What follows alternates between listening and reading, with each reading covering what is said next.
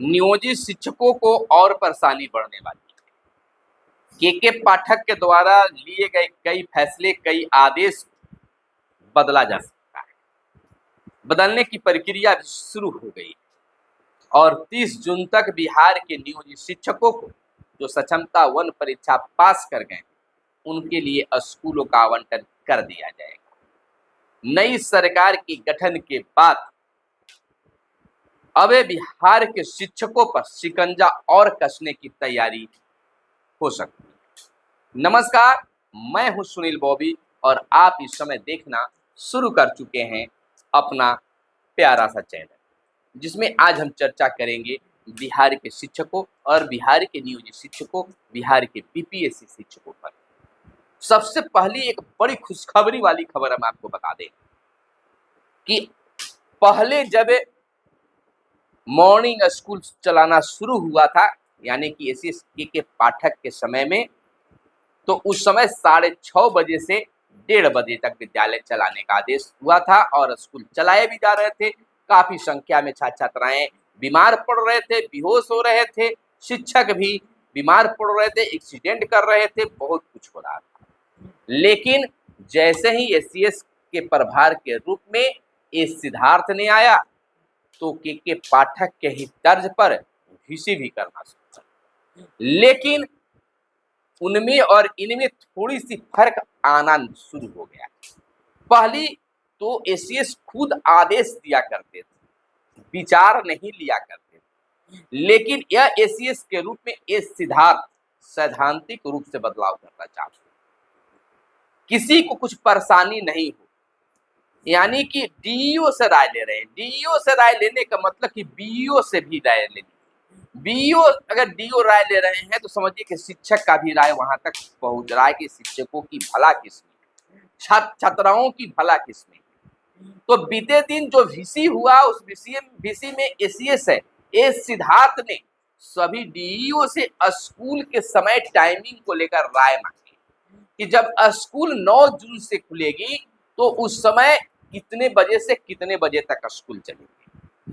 2 तरह की राय आ रही है, एक 6:30 बजे से 11 बजे तक स्कूल चलाने के लिए और दूसरा 7 बजे से 12 बजे तक स्कूल चलाने के लिए। यह 2 टाइम आ रहे हैं, विचार मांगा गया है।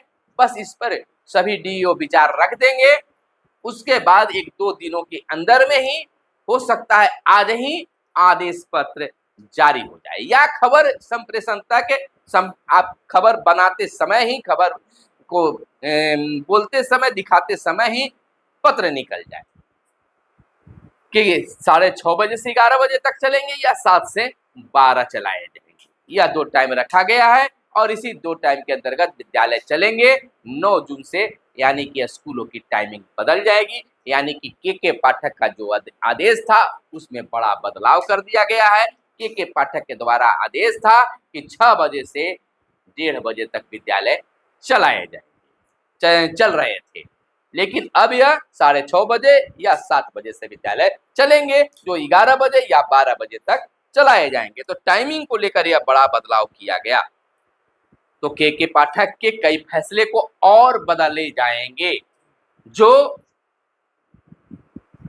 शिक्षकों के लिए, छात्रों के लिए परेशानी का सबक बन रहा था। अब देखिए, अब बिहार के नियोजित शिक्षकों की सक्षमता 2 की परीक्षा होनी, सरकार बन गई है। सरकार यानी कि लोकसभा चुनाव संपन्न हो गया है, मतगणना भी हो गया, जीत हार का फैसला भी हो गया। अब सरकार बनने की तैयारी चल रही है। अब इसमें बिहार की अच्छी खासी भूमिका भी आ गई है, यानी कि बिहार के मुख्यमंत्री जो हैं नीतीश कुमार, उनका एक अलग वैल्यू केंद्र स्तर पर, भारत स्तर पर, देश स्तर पर बन गया है, यानी कि अब और कोई फैसला लेने में यह मजबूत हो गया।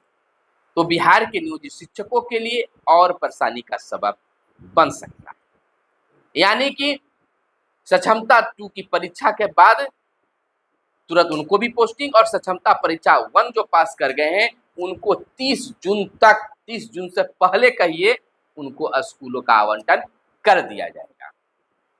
जिनका सबसे बेहतर अंक रहेगा उन्हें शहरी क्षेत्र मिलेगा और जो लो मार्क्स पर हैं उन्हें देहातों को स्कूल मिलेगा, यानी कि ग्रामीण क्षेत्र, सुदूर ग्रामीण क्षेत्र भी मिलेंगे।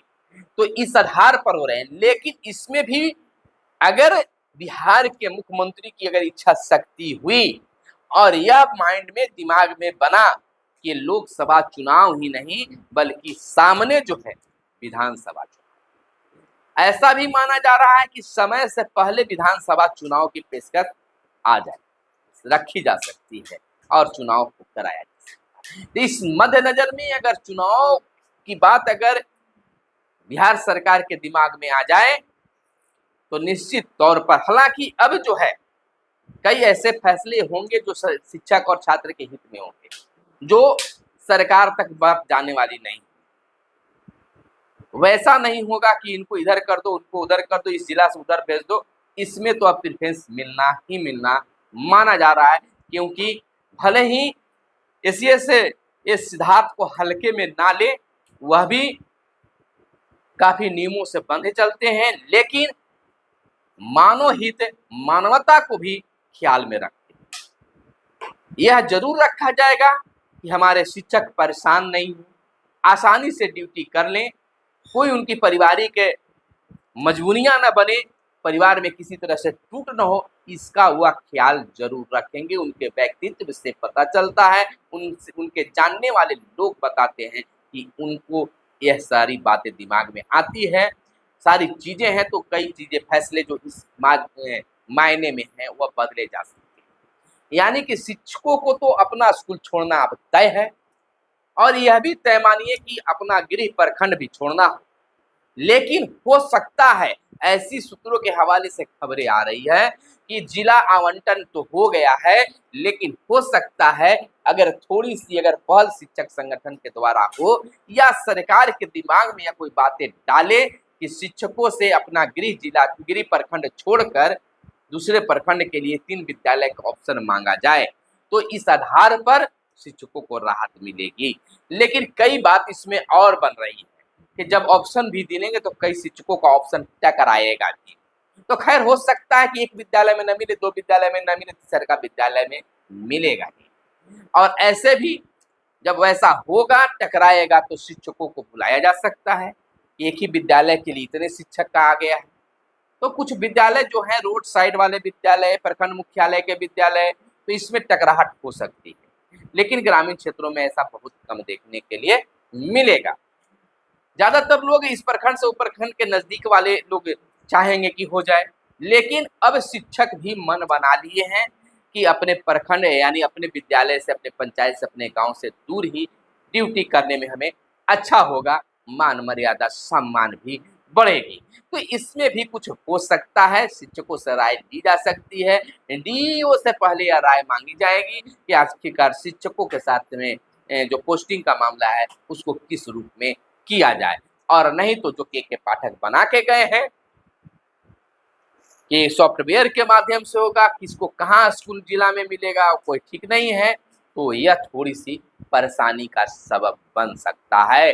क्योंकि जिले में भी अगर एक प्रखंड से दूसरे प्रखंड में होगा, तो बहुत सारे ऐसे प्रखंड होते हैं जिसकी दूरी 40 से 50 किलोमीटर भी हो जाता है, जो प्रतिदिन अपने घर आने और जाने में मुश्किल हो सकता है। तो शिक्षकों की यही परेशानी है कि 10 किलो, 15 किलो, 20 किलो, 25 किलोमीटर की दूरी पर हमें पोस्टिंग होती है, तो आने जाने में हमें कोई कठिनाई नहीं होगा। शिक्षकों ने यही मांग भी रखनी शुरू कर दी है, तो इस पर भी विचार हो सकता है। तो टाइमिंग बदल गया है, अब इसकी चिट्ठी भी बहुत जल्द निकल जाएगी, और सक्षमता परीक्षा को लेकर जो परिवर्तन होना है या जो नियम लाना है, जो कार्य शुरू करना है, बस 1 से 2 दिनों में।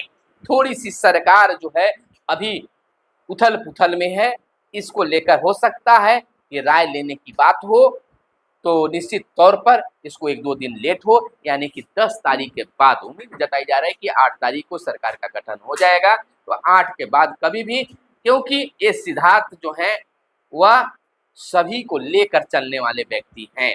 तो हो सकता है कि सरकार से भी इस पर अपनी बात को रखें और उनसे अनुमति लें, उसके बाद ही इस कार्य को आगे बढ़ाएं। तो फिलहाल हमारे साथ बने रहिए, जैसे ही आपके लिए कोई और बड़ी खुशखबरी निकल कर सामने आती है, कोई विशेष खबर आती है, तो हम आपको बताने का कार्य करेंगे। चैनल को अगर अब तक सब्सक्राइब नहीं किए तो चैनल को सब्सक्राइब कर लीजिएगा, वीडियो को शेयर कीजिए और लाइक का बटन जरूर दबाइएगा, क्योंकि आपका लाइक करना ही हमें मेहनत का फल मिलता है।